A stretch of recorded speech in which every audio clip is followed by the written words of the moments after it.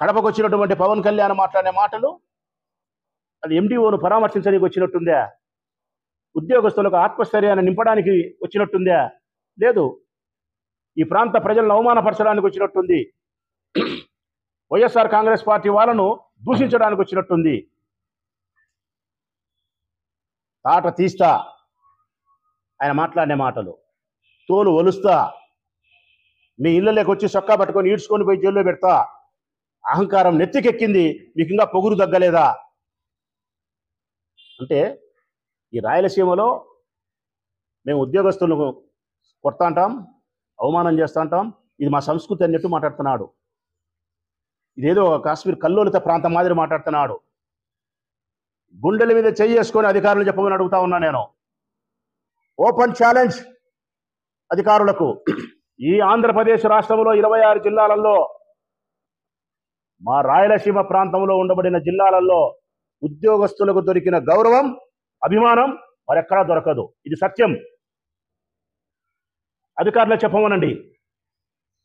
ఈ జిల్లాలలో పనిచేసే ఏ ఉద్యోగస్తునికైనా, చిన్న పెద్ద ఏ ఉద్యోగస్తునికైనా విపరీతమైనటువంటి గౌరవం, మర్యాద ఈ ప్రాంత ప్రజలు ఇస్తారు. వారిని ఎంతో అభిమానంగా చూస్తారు, వారి అవసరాలకు ఉపయోగపడతారు. ఒక అధికారి ఏదైనా ఒక మాట చెప్తే కూడా ఇక్కడ ఎంత పెద్ద రాజకీయ నాయకుడైనా వింటాడు. వారి విధి నిర్వహణకు సహకరిస్తారు.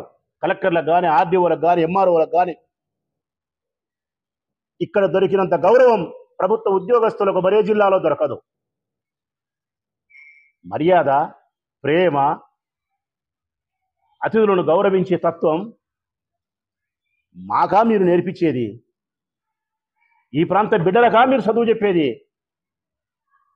కానీ మీరు మాట్లాడే మాటలు ఎట్లున్నాయంటే మేము రాక్షసులు అయినట్టు. అసలుగా మేము ఉద్యోగస్తులు రాసి రంపాన పెట్టినట్టు, సంపుతానట్టు, కొట్టానట్టు, అవమానం చేస్తానట్టు.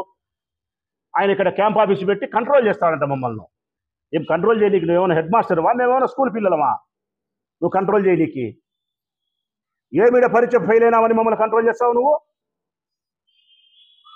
ఏమి దారి తప్పిపోయినామని కంట్రోల్ చేస్తావు మమ్మల్ని నువ్వు? క్యాంప్ ఆఫీస్ పెట్టాడంట. దేనికయ్యా క్యాంప్ ఆఫీసులు పెట్టేది పవన్ కళ్యాణ్ గారు? ఇక్కడ ఉక్కు ఫ్యాక్టరీ పెట్టేదానికి క్యాంప్ ఆఫీసు పెట్టు. కొప్పర్తి నుంచి మా పరిశ్రమను తరలించకుండా పోయేదానికోసం క్యాంప్ ఆఫీస్ పెట్టు. మా రైతులకు మేలు చేసేదానికోసం క్యాంప్ ఆఫీస్ పెట్టు. నీ సంక్షేమ పథకాలను సక్రమంగా అమలుపరచడానికి క్యాంప్ ఆఫీస్ పెట్టు. మా పిల్లలకు ఉద్యోగ అవకాశాలు కల్పించేదానికి ఇక్కడ క్యాంప్ ఆఫీస్ పెట్టి ఎన్ని పరిశ్రమలు చేస్తావో తీసుకురా. దీనికి క్యాంప్ ఆఫీస్ పెట్టాడు డిప్యూటీ సీఎం అంటే ఈ జిల్లా వాసులు కూడా, ఈ రాయలసీమ బిడ్డలు కూడా స్వాగతిస్తారు. మా తోలోల్చనీకా? ఏం మేకపోతులు మా తోలోల్చనీకి? నువ్వు ఏం గొర్రెలమా తోలోల్చనీకి? పశువులమా తోలొల్చడానికి? మా సొక్కబట్టి గుంజకపోవడానికి, మమ్మల్ని జైళ్ళలో పెట్టడానికి? మాకు మంచి చేసేదానికి క్యాంప్ ఆఫీసు పెడితే స్వాగతిస్తాం. మమ్మల్ని అవమానపరచడానికి, బజార్లో మమ్మల్ని ఈడ్చుకపోతామంటే చూస్తూ ఊరుకునేటోళ్ళం కాదు. నువ్వు మాతో యుద్ధం చేయాలంటే నీకు ప్రభుత్వం ఉండాలా. కానీ ఈ ప్రాంతంలో ఉండే వాళ్ళు యుద్ధం చేయాలంటే ప్రభుత్వం అవసరం లేదు. మాకు అవమానం జరిగితే చాలు, మా స్వాభిమానం దెబ్బతింటే చాలు, మేము యుద్ధం చేసే మనస్తత్వం మాది. మా యుద్ధాలన్నీ కూడా స్వాభిమానం కోసమే, వ్యక్తిత్వం కోసమే, గౌరవం కోసమే. మేము ప్రభుత్వంలో ఉండినా లేకపోయినా రాయలసీమ బిడ్డలు స్వాభిమానం కోసం యుద్ధం చేస్తారు. మీరు వైఎస్ఆర్ కాంగ్రెస్ పార్టీకి సంబంధించిన వాళ్ళను అవమానపరుస్తూ ఉన్నారు, హింసిస్తూ ఉన్నారు, జైళ్ళలో పెట్టే ప్రయత్నం చేస్తూ ఉన్నారు.